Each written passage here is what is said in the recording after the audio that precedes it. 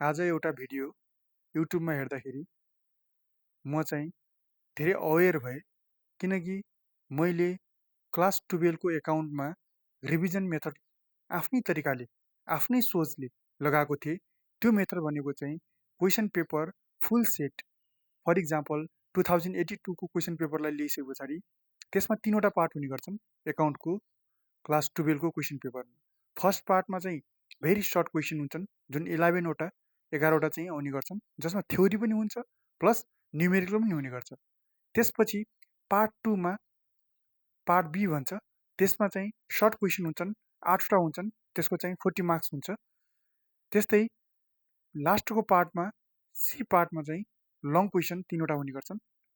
र यसरी दिएको जुन क्वेसन थियो त्यो क्वेसनमा चाहिँ मैले प्र्याक्टिस गराउँदाखेरि स्टुडेन्टहरूलाई, चाहे त्यो ट्युसनको बेलामा होस्, चाहे त्यो इक्जामभन्दा अगाडि कलेजमा, जुन एडभान्स एकाडेमिक कलेजमा पनि स्टुडेन्टहरूलाई मैले कसरी रिभिजन गराएको थिएँ भन्दा मैले क्वेसन पेपर उठाउँथेँ जसमा चाहिँ क्वेसन मात्रै हुन्थ्यो, क्वेसनै क्वेसन, एन्सर हुँदैन थियो। एन्सर मैले उनीहरूलाई चाहिँ भनिदिन्थेँ, यो फलानु पोइन्ट यो यहाँ इन्ट्री हुन्छ, फलानु पोइन्ट यहाँनिर इन्ट्री हुन्छ, यसरी इन्ट्री गर्न सकिन्छ, अनि यसरी चाहिँ त्यसलाई सल्भ गर्न सकिन्छ भनेर चाहिँ त्यसको विथ क्वेसन सहित त्यसको एन्सर पनि भनिदिन्थेँ। जस्तै मानौँ लङ क्वेसन छ भने त्यो लङ क्वेसनमा पहिला फर्मेट भनिदिन्थेँ, त्यो फर्मेटमा चाहिँ यो पोइन्ट यहाँनिर जान्छ है, र यो किन जान्छ त्यसको वाइ पनि भनिदिन्थेँ। त्यही भएर सबभन्दा मेन पोइन्ट चाहिँ के मलाई लाग्यो भन्दा अहिले चाहिँ त्यो जुन युट्युब भिडियोसँग मैले लिङ्क गराउँदाखेरि मैले आजको चाहिँ दिनमा जुन एक्टिभ रिकल भन्ने छ नि, त्यो एक्टिभ रिकल साँच्चीकै आफैले गरेको भने पाएँ, तर मैले भुलेको रहेछु कि आफैले चाहिँ गरेको, तर त्यो फेरि चाहिँ यतातिर जुन जर्मन ल्याङ्ग्वेज छ त्यसमा अप्लाई नगरेको रहेछु। यदि त्यो गर्ने हो भने जुनसुकै इक्जाममा पनि हाम्रो हातमा चाहिँ हुनुपर्छ थ्योरी अथवा चाहिँ न्युमेरिकल जे छ त्यसको क्वेसन मात्रै हुनुपर्छ। त्यो क्वेसनलाई चाहिँ किन यो पोइन्टलाई एन्सर यति यो हुन्छ त भनेर चाहिँ हामीले एक्टिभ रिकल गऱ्यो भने त्यसले एकातिर चाहिँ समयको पनि बचत हुने गर्छ, अर्कोतिर चाहिँ हामीले सजिलै कुनै पनि इक्जामलाई चाहिँ क्र्याक गर्न सक्ने गर्छौँ। अझ विशेष गरी त यो जुन जर्मन ल्याङ्ग्वेजमा त त्यसमा टिक लगाउने हुन्छ, एस नो भन्ने चाहिँ टिक लगाउने हुन्छ। त्यसले पनि अझ छिटो के हुन्छ भन्दा टिक त लगाइयो, तर किन यो लगाइयो त, वाइ भने चाहिँ त्यो वाइको क्लियर एकचोटि गरिदिइसके पछाडि त्यो माइन्डमा चाहिँ बस्छ, अनि त्यसपछि त्यो पर्मानेन्टली बस्यो भने त अर्को पटक त्यसलाई रिकल गर्ने जरुरी नै पर्दैन। त्यही कारणले गर्दा हाम्रो सबभन्दा मेन पोइन्ट भनेको चाहिँ एक्टिभ रिकल, जुन क्वेसनलाई हेरेर त्यसको एक्सप्लेन गर्ने र वाइ पनि क्लियर गरिदिने, किन त्यो रिजन के, किन यो चाहिँ डेबिट भयो अथवा किन क्रेडिट भयो भने जस्तै यो यता जर्मनतिर पनि किन यो पोइन्टलाई चाहिँ राइट मान्यो, किन रङ मान्यो, अथवा चाहिँ किन यसको एन्सर यो भयो भने चाहिँ त्यसको यदि त्यस्तो तरिकाले गर्ने हो भने हामीले पेपरका पेपर धेरै पेपरहरू चाहिँ एकैपटक सल्भ गर्न सक्छौँ। जस्तै मैले यहाँनिर गोथेको अथवा चाहिँ भिएचएसको, ओएसटीको, अनि त्यसपछि तपाईँको क्लेडको, अनि त्यसपछि ह्युबरको विभिन्न क्वेसनहरू चाहिँ परेको छन् ल्यापटपमा।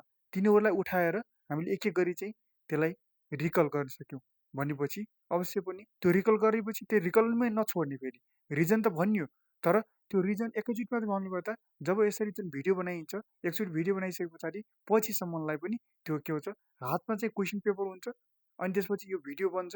त्यो भिडियो बनिसके पछाडि फाइदा के हुन्छ भन्दा हामीले एक त एक्टिभ रिकल त गऱ्यौँ, एक्टिभ रिकलमा पनि त्यो रिटेन्सन हुनलाई चाहिँ पछि फेरि रिभिजन गर्नलाई, रिक्याप गर्नलाई पनि त्यो फेरि मैले भिडियोमा यस्तो यस्तो भनेको थिएँ भनेर चाहिँ गर्न सकिन्छ। एकदमै छिटो पनि हुन्छ, एकदमै एक्टिभ रिकल पनि हुन्छ, माइन्ड पनि एकदमै चल्छ, किनभने हामीले माइन्डलाई चलायौँ भने अनि माइन्ड चल्ने नै हो। अनि त्यसपछि रिटर्नमा के गर्ने त भन्ने कुरा आउँछ।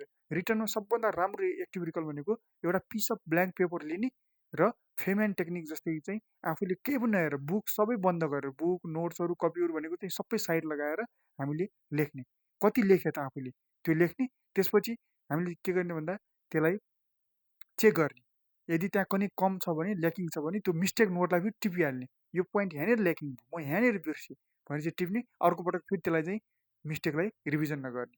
त्यो गर्ने हो भने के हुन्छ भने त्यहाँनिर रिटर्न पनि जरुरी हुन्छ, किनभने जर्मन ल्याङ्ग्वेजमा रिटर्न बिना त हामीले कामै गर्न सक्दैनौँ। किनभने रिटर्नमा के हुन्छ त भन्दा हाम्रो भनौँ न एउटा सेन्टेन्स मेकिङ राम्रो हुनु पऱ्यो, ग्रामेटिकली ठिक हुनु पऱ्यो, अर्को कुरा प्रोनाउन्सिएसन स्पिकिङमा ठिक हुनु पऱ्यो। त्यसको लागि चाहिँ यसै गरी भिडियो बनाएर बोलिरहनु पर्ने हुन्छ जर्मनमा। अनि त्यसपछि अर्को चाहिँ स्पेलिङ ठिक छ कि छैन, त्यो स्पेलिङ पनि एकदमै म्याटर गर्छ होइन।